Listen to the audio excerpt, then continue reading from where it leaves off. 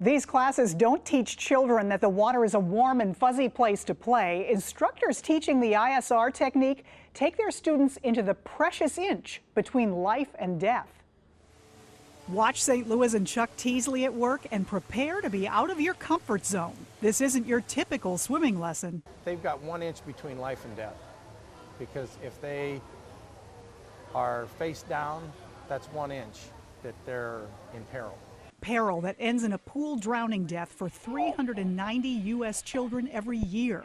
And while these babies may look like they're struggling, advocates of the Infant Swimming Resource Program say what they're learning is to survive a fall into water until help arrives. Kids that are 12 months and younger, basically what they do is float. Kids that are 12 months and over, as a general rule, will swim, float, swim. Some of Chuck's students are swimming before they walk. The youngest child he's worked with, 2 weeks shy of 6 months old. Lauren, the little girl in pink, is just 10 months old. You're seeing them sinking under the water. At first, you can see what it would be like if they accidentally fell into a pool. Her mom admits the lessons were hard to watch at first. Now, watching what she can do, I mean, I feel a little more confident. You can't prevent a drowning 100% by anything, but taking precautions is, I just felt it was something we had to do. Infant Swimming Resource, or ISR, repeatedly reminds parents that this is not a substitute to close pool supervision, fences, and pool alarms. To minimize stress, anxiety, and shivering, each lesson lasts just 5 to 10 minutes. Parents aren't allowed in the pool.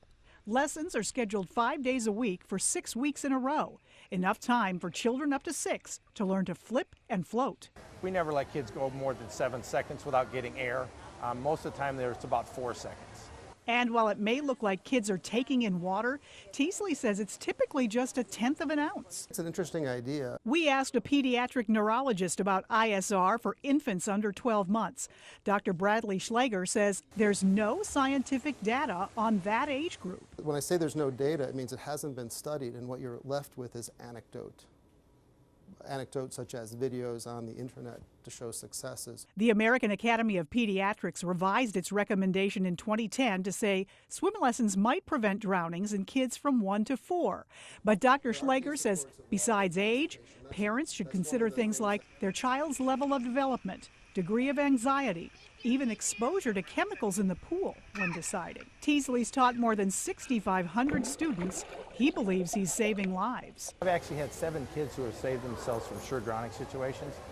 And it's like, you get a mom calling you up sobbing, thank you, thank you, thank you. It's pretty neat. So are star students like Tyler Johnson. He's back for a refresher class after completing ISR last summer. Look what he can do without any floaties and with very little assistance. Using Swim, Float, Swim, he can get across a lap pool and back in 90 seconds. He's just 3.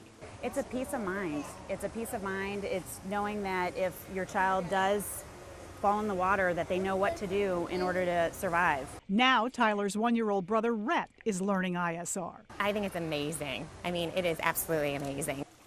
Chuck Teasley teaches in the pool at the center of Clayton and in O'Fallon, Illinois. He's one of 2 ISR instructors locally.